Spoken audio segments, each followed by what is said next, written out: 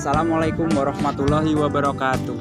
Perkenalkan, nama saya Dodi Alfiano Irawan dengan NIM 075 dari Prodi Ilmu Hukum, mata kuliah Hukum Perdata Islam dari kelas D.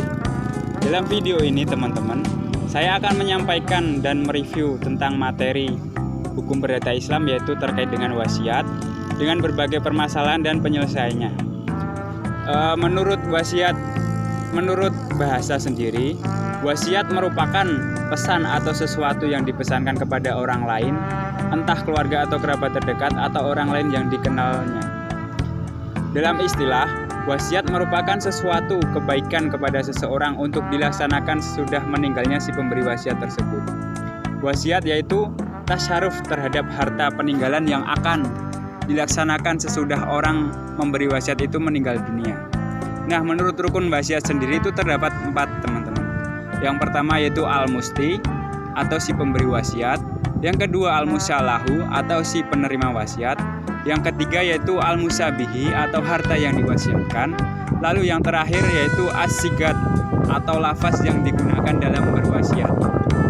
Dalam kedudukan wasiat terdapat pada pasal 195 ayat 1 Kitab Hukum Islam mengatur bahwa wasiat yang dilakukan secara lisan di hadapan 2 orang saksi atau tertulis di hadapan 2 orang saksi atau di hadapan notaris.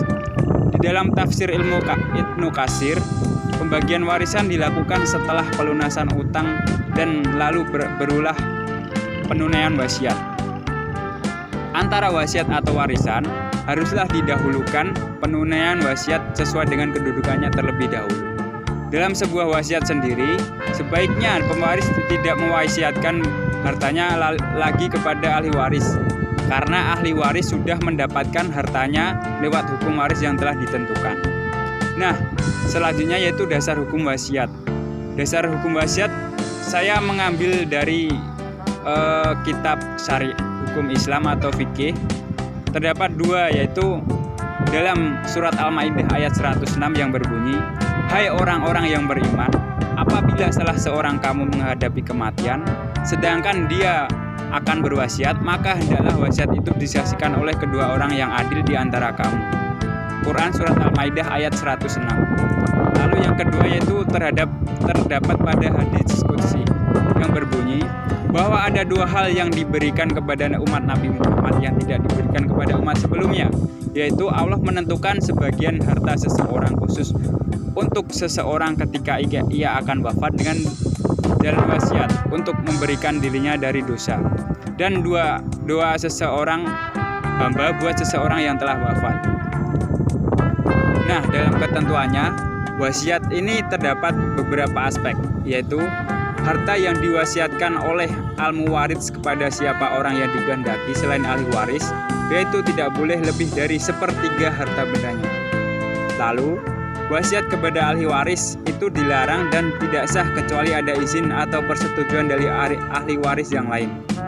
Lalu selanjutnya yaitu jika dalam kenyataan pewaris atau al-muwaris hingga akan meninggal dunia tidak berwasiat, kemudian ahli waris atau al-warisun dipandang perlu, maka mereka menyetujuinya dalam upaya untuk mewujudkan rasa keadilan terutama kepada ahli waris yang beda agama, maka dapat dilaksanakan melalui wasiat wajibah sebagai alternatif dan solusinya.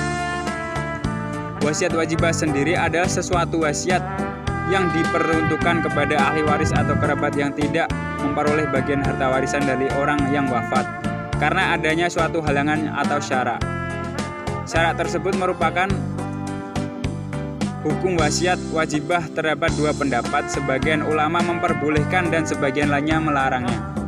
Wasiat wajibah secara sempit telah diatur dalam 209 kompilasi hukum Islam, yaitu hanya untuk anak angkat dan orang tua angkat.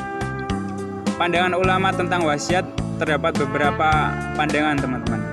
Dalam pandangan Abdul Wahab Khalaf berpandangan bahwa apabila ada seseorang anak beragama Islam mempunyai harta banyak, maka anak sebagai al-muwaris diwajibkan untuk mewasiatkan sebagian hartanya untuk kedua orang tuanya atau kerabatnya yang non-muslim. Lalu dalam pandangan Ibnu Hazm al-Zahiri yang yang berpendapat bahwa wasiat itu wajib atau al-fardhu. Hukumnya wajib bagi setiap muslim, terutama kepada kerabat yang terhalang untuk mendapatkan hak waris.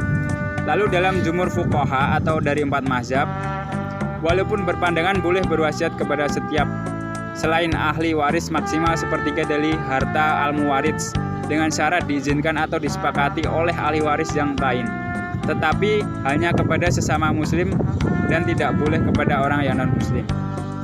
Nah, dalam wasiat ini terdapat beberapa hal yang bisa membatalkan dari wasiat tersebut. Yang pertama yaitu surat wasiat bisa dibatalkan atau dicabut oleh pembuatnya. Lalu yang kedua, seseorang yang berwasiat menderita penyakit gila yang parah dan mengantarnya pada kematian atau sakit keras. Yang ketiga yaitu seseorang yang diberi wasiat telah meninggal dunia sebelum seseorang yang memberi wasiat. Lalu yang terakhir yaitu bila yang diwasiatkan itu barang tertentu yang rusak sebelum diterima oleh orang yang diberi wasiat. Nah, dalam wasiat ini terdapat beberapa kasus yang berkaitan dengan wasiat wajibah, yaitu kasus waris beda agama. Sebagai contoh yaitu putusan Pengadilan Agama Yogyakarta nomor 83 tahun 1997 Pengadilan Agama Yogyakarta pada tanggal 4 Desember 1997 tentang penetapan ahli waris non-muslim tidak mendapatkan hak waris karena amar putusannya berpedoman kepada KHI. Dalam pasal 171 huruf B dan C yang menyatakan bahwa pewaris dan ahli waris harus beragama Islam. Lalu yang kedua, direkonstruksi dan putusan oleh MA dengan keputusannya nomor 51 tahun 1999 tanggal 29 Desember tahun 1999 dinyatakan dengan memberikan wasiat wajibah kepada saudara kandung non-muslim yang kadar bagiannya sama dengan ahli waris saudara kandung muslim.